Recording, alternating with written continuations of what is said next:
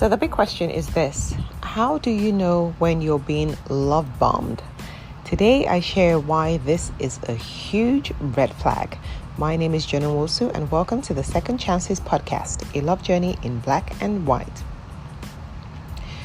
So today I really want to explore this increasingly relevant topic in the dating world, this idea of love bombing. I want to talk about how to recognize it, its implications and strategies for dealing with it. Plus, I'll share a story from one of my clients that will probably shed some light on this quite confusing dynamic of love bombing. I know when people hear love bombing, they might think, oh, it's so romantic, but it's far from a healthy expression of affection.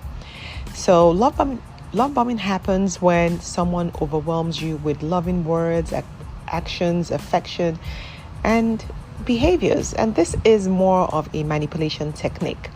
And it usually happens within the very early days of dating or in the early stages of a relationship. At first, this intensity of affection might feel flattering because you're there thinking, oh my God, he must really, really like me. But in reality, it's actually a red flag for potential emotional manipulation. So how do you know when you're being love bombed?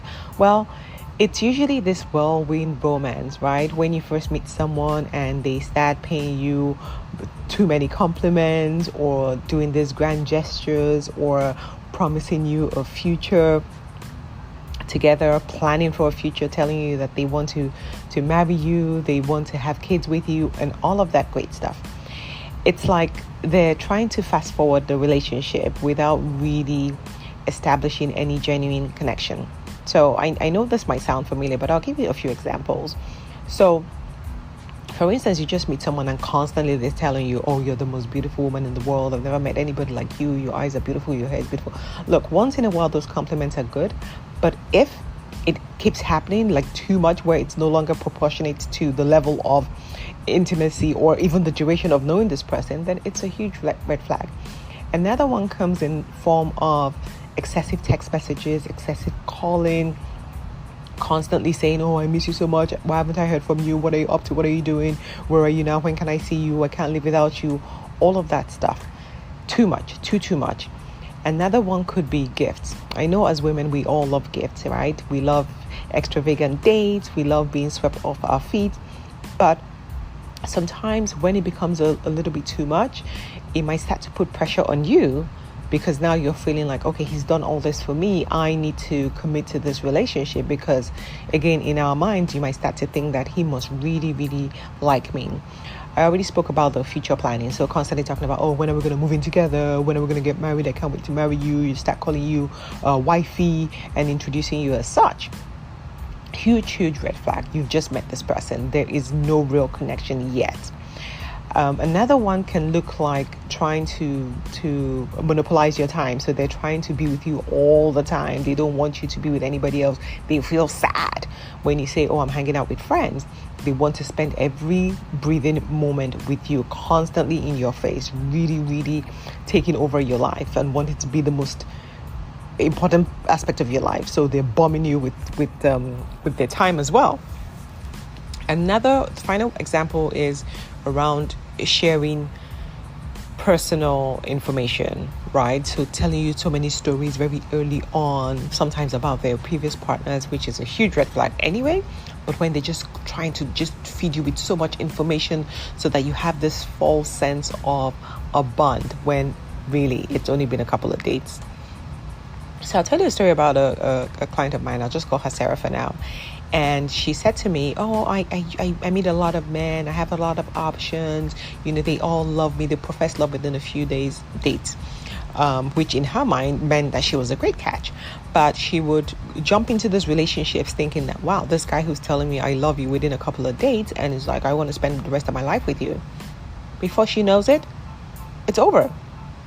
And she was now confused because she was like, how is it that a guy who was so into me after a couple of weeks or months, now he's not so sure he wants to be in a relationship, he's scared to commit, and sometimes they just ghost her completely. Right? She couldn't understand why this pattern just kept repeating itself over and over again. Truth be told, she also had an anxious attachment style. So that wasn't even helping at all, because with an anxious attachment style, they usually kind of like this excessive validation and attention in the early days, because they're dealing with the fear of abandonment. So they're constantly looking for signs of closeness and constant reassurance. I'm here for you. I want to be with you. I love you. I like you, and all of that stuff. So anxious attachment style, love bombing, huge red flag. It just doesn't work well. They're so susceptible to being love bombed, and they really most times cannot see the difference. So it's not just Sarah. It's very, very common. I hear this from a lot of women who say to me, oh, I meet this man and they just want to really progress things really quickly. The truth is, these men are not really genuinely interested in building a relationship. They're just using that as a tool to gain control, to manipulate, and to get whatever it is that they're looking for pretty quickly. Because women, we love some of these things, and that's just the truth. So it's very important for you to recognize when you're being love bombed, right? And the best way is just listen to your instincts. Like, if it doesn't feel right, it is not right. If the intensity feels overwhelming rather than heartwarming, then maybe that's a sign that you need to take a step back. Whether we like it or not, genuine affection takes time to develop, and it doesn't require you to have this instant, immediate reciprocity, right, or commitment. So if someone is pushing you within a couple of dates, 1, 2, 3 dates, it's like, oh, I want to be in an exclusive relationship. Hold your horses, tiger. That's a little bit too soon. You don't know anything about me. I don't know anything about you, right? I only know this version of you that you're showing me, which is just throwing all this love bombing tactics my way. So you want to recognize it for what it is and just slow things down. The best way is to have boundaries, right? So before you even start dating, make sure that you have boundaries around how much communication you want to have with the person, how much space you need for yourself, right? Space is so important, because that's when you can now think. If someone is just constantly in your space, in your ear, in your head, then there's really no time for you to really reflect and really ask the pertinent questions that you need to be asking. Is this somebody I really want to be with? Do we have the same values, right? Is this my ideal type of person that I'm looking for in a relationship? Do we have the same vision of what a relationship look like? Do we have shared dreams, shared goals? You have no time to process any of that, because you're constantly being bombarded with all this emotional manipulation, with the words and the messages and the dates and the gifts and all of that stuff. Again, it's not to say that those things are not good, but in the right proportion. If you've only been on a couple of dates, then it should match that. The intensity should match the duration that you've known this person, right? So make sure that you're setting boundaries around how much you allow this person into your space, so that you also have time to process what exactly is going on. And don't be afraid to push back, right? I know that as women, sometimes you may feel like, oh, I don't want to push him away. I don't want to feel like I'm rude, or I'm being a mean girl, I'm playing hard to get. No, play hard to get. You need to set healthy boundaries so that you can pick the right relationship, so that you don't end up committing to someone that you don't really want to be with. And the truth is, when it all fizzles out, which it does pretty quickly for these kind of men, then now you're left heartbroken with a lot of resentment. Another thing is, if you have an anxious attachment style, and I've recorded podcasts around attachment styles in the past, but make sure that you're maintaining your independence, right? Make sure that you're still giving time to do the things that you love. You're pursuing your life. You're having your own separate social life outside of them. Making sure that the goal is to have a healthy relationship that complements your life, not a relationship that consumes it in its entirety, where you start to lose yourself. Love bombing, I know, it sounds great. It sounds romantic. Oh my God, he calls me 50 times a day. It's a huge red flag. It can disorient you, and you need to recognize it for what it is. Pick up on the signs pretty quickly. Understand that the implications are not good, right? So you need to protect your emotional well-being. Again, remember that true love takes time, right? True love is patient. It's kind, it's respectful. Make sure that you're looking out for those things, not just the words that someone is saying to you or the gestures that they're throwing your way in the early days. You need to take your time to make sure that you're allowing things to flow in a healthy pace, so that you're not feeling rushed or feeling the need to commit to somebody who's love bombing you.